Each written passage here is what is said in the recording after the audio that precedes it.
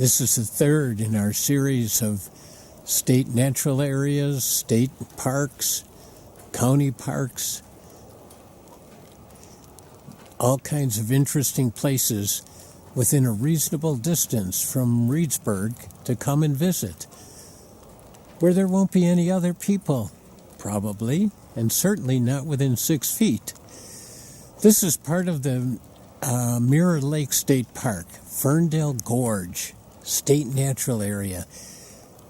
You know, each of these places has something special. This gorge is on the Mirror Lake itself, but it's on a real high bluff, most of it here. And also, just like at Smith Conservancy, if you want to see beaver chews, that's the place to go. Ferndell Gorge, if you want to see lady slippers in the springtime.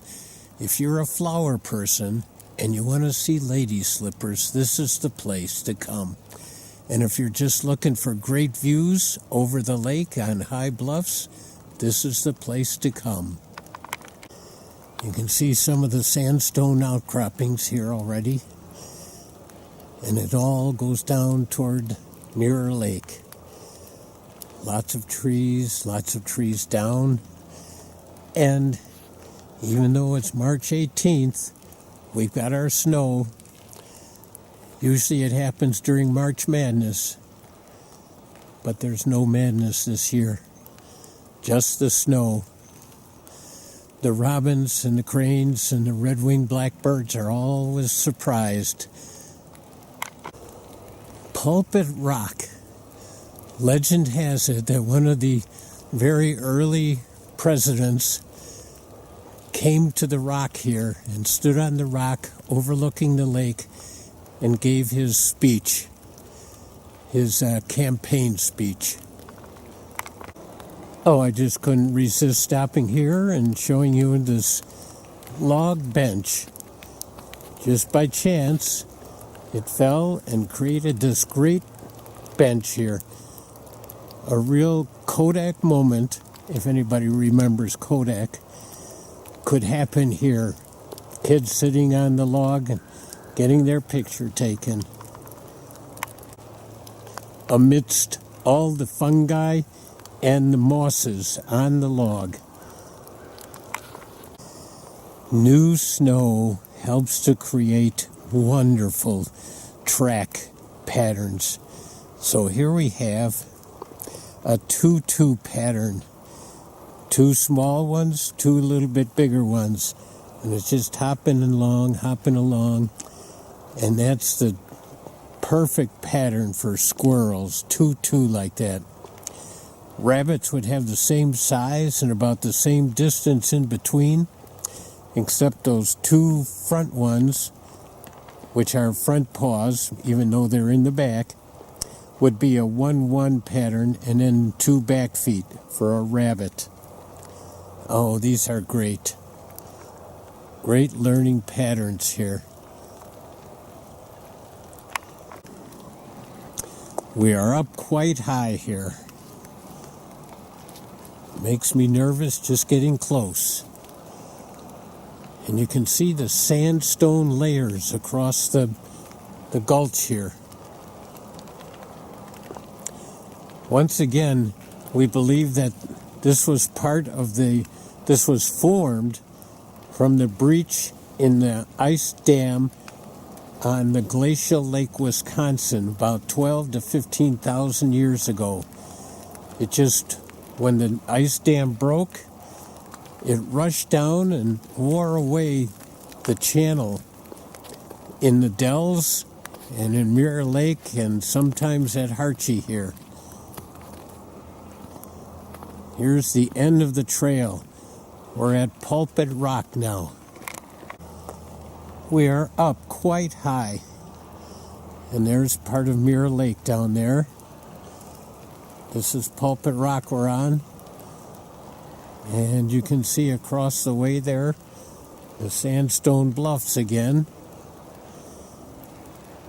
Another interesting thing about these bluffs is that they're turkey vultures lay their eggs in the caves and crevices on these sandstone rocks.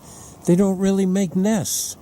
They lay their eggs in these little caves, and then the babies remind me of little penguins. They're all white and fluffy. They're so cool to see, and sometimes if you're lucky in the springtime, you can see them out on the ledges around here. Just another view from Pulpit Rock here.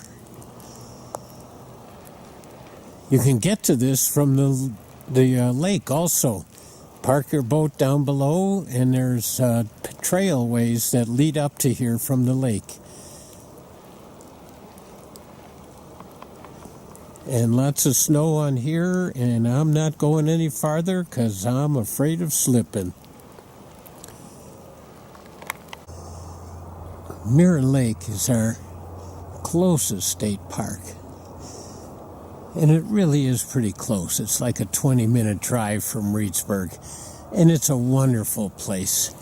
It's not the great hot spot like Devil's Lake, but come here during the week and it's nearly empty. And you can enjoy the beach, the hiking trails. There's lots of hiking trails. And the beach is shallow. And there's turtles to see. And there's birds, there's ducks.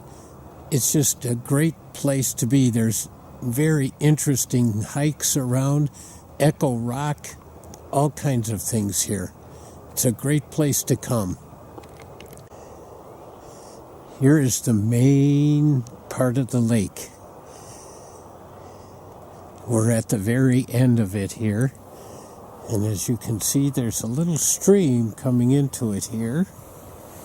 Let's see, coming under the road.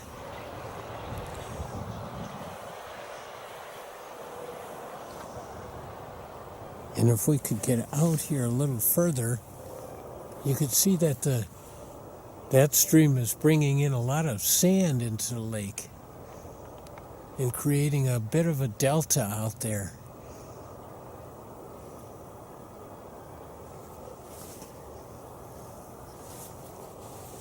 The lake is fed by a creek, so there's always a current. And there's always fresh water coming in. I can see some ducks way out there.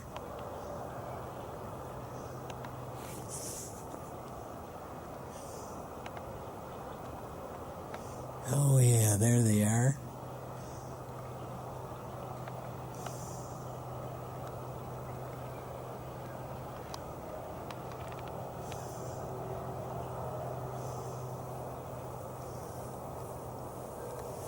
So that little creek there is running pretty strongly. We're going to go take a better look at it. We're coming up to a little bridge over that creek we just saw flowing into the lake. These little bridges are always great. Oh yeah, this water's really running. And it looks clear and nice and sandy. It's beautiful.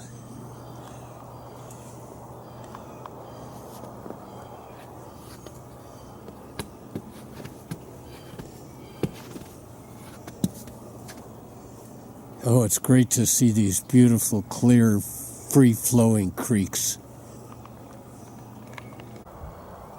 So we're at the main beach area here. And the beach is very well kept up. Usually there's little buoys out there for the swimming area. You can see the ice has moved out. And we've got some really interesting tracks here. They're just kind of a 1-1. And I'm looking at this one in particular. It looks like 3 toes in the front and maybe 1 in the back. So I'm thinking this was a crow walking in the snow. All right, a couple other interesting things about this area here. This is the site of the immigration of the toads. Come back around here around May 16th. And all around the lake, but especially right here, toads by the hundreds come down here, and the sound is just amazing. The trilling of the toads.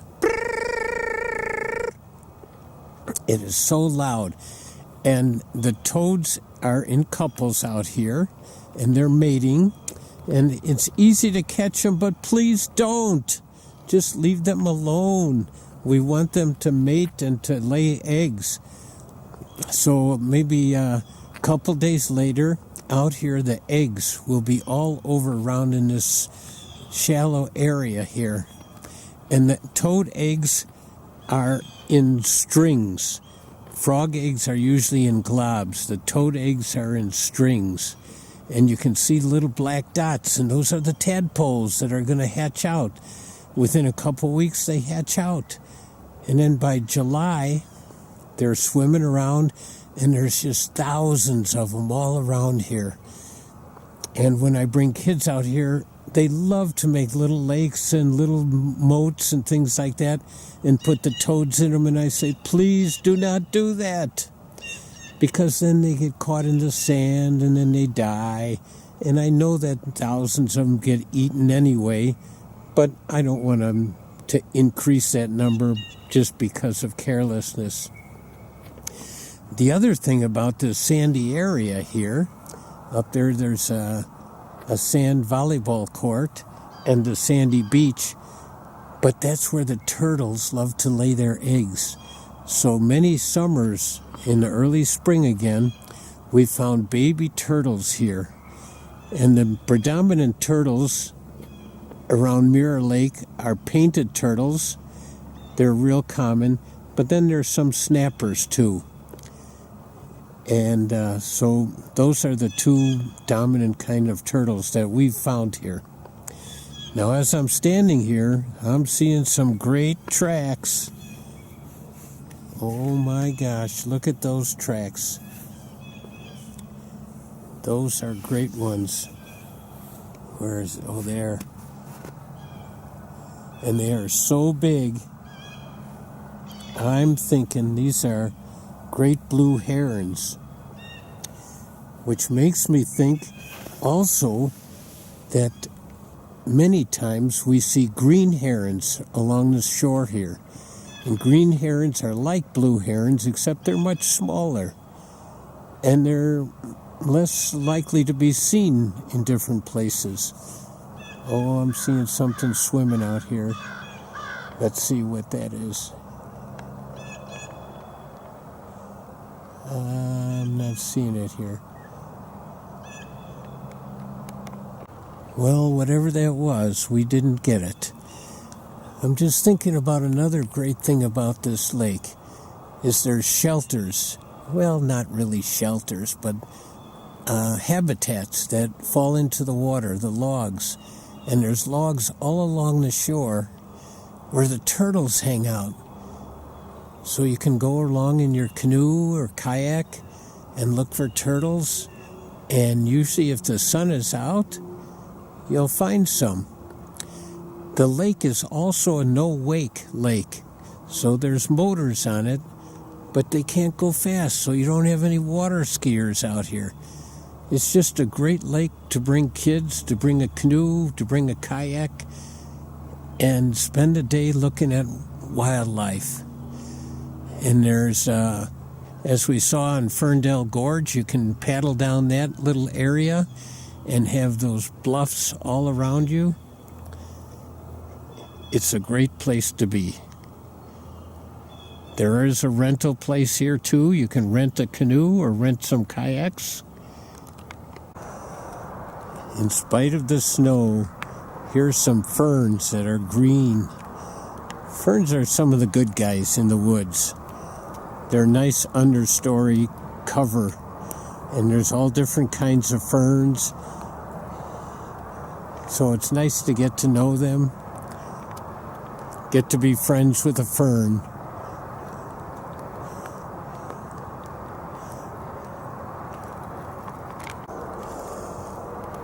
I'm looking at two tree trunks here. The one on the left, if we look closer, has kind of a pink tinge to it. And the one on the right is not a pine tree, but the one on the left is a pine tree, and it's a red pine. You can also tell the difference between a red pine and a white pine by their needles and the clumps of needles. The white pine has 5 needles, just like the word white, in a clump. And the red pine, you would think, okay, must have 3. No, sorry, it has 2. But the bark on the white is a little bit more like the bark next to it, even though that's not a white pine next to it. But it's rougher and darker, and the red pine has got this pink tinge, and it's a little flakier, the bark. Here's a white pine bark. It's much different than the red pine. And it gets very dark when it's wet like that, too. We're at Echo Rock right here. It's a nice overlook. And on a great day, with no wind, you can say something very loud and you'll hear its echo. We might even try it here. It's a nice overlook of the lake. The lake is really icy yet. Even along the shore here, doesn't seem to have opened up. I just tried to echo and it didn't work. This is a wonderful, unique little rock here. Just this mound, we're going to walk around it. Sandstone carved out. Lichens, ferns, trees growing right out of the rock. It's amazing. And there's also graffiti. When we tell the kids about graffiti, it's not a good idea to do it. Nobody wants to come and look at graffiti. And this is a little bay, still frozen. The rock outcroppings around here are just wonderful, with all the little ferns and lichens, mosses growing on them.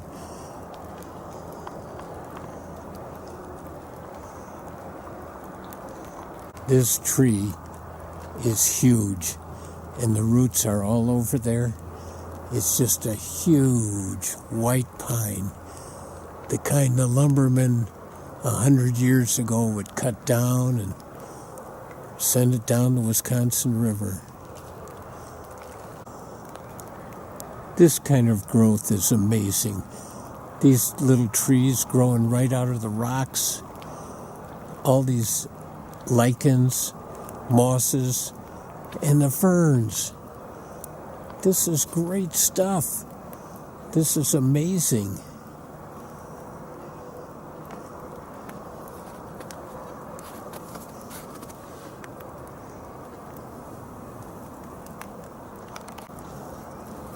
Oh, if these rocks could tell stories.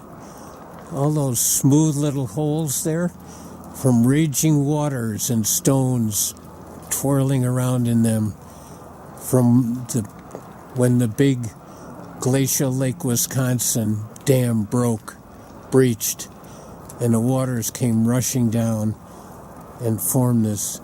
These are all sandstone. And look at the trees growing out of them. Oh my gosh, that is just incredible.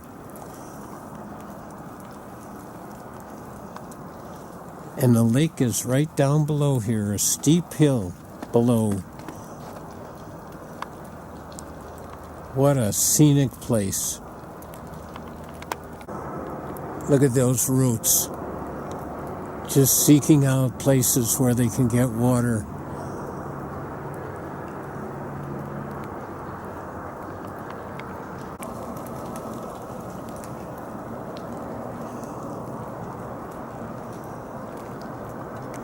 All of these ferns, still green.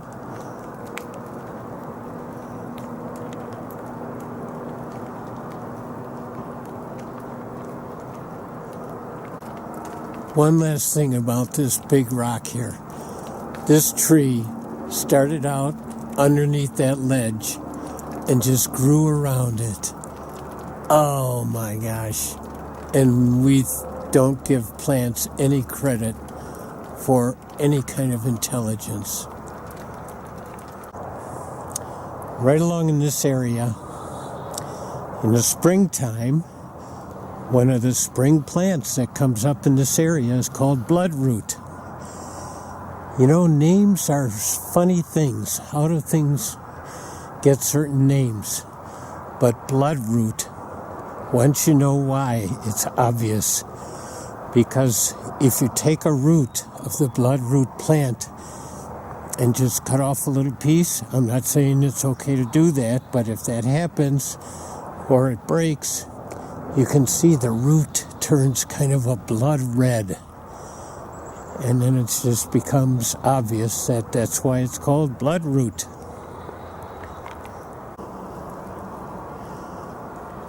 There's trails down there, hiking trails.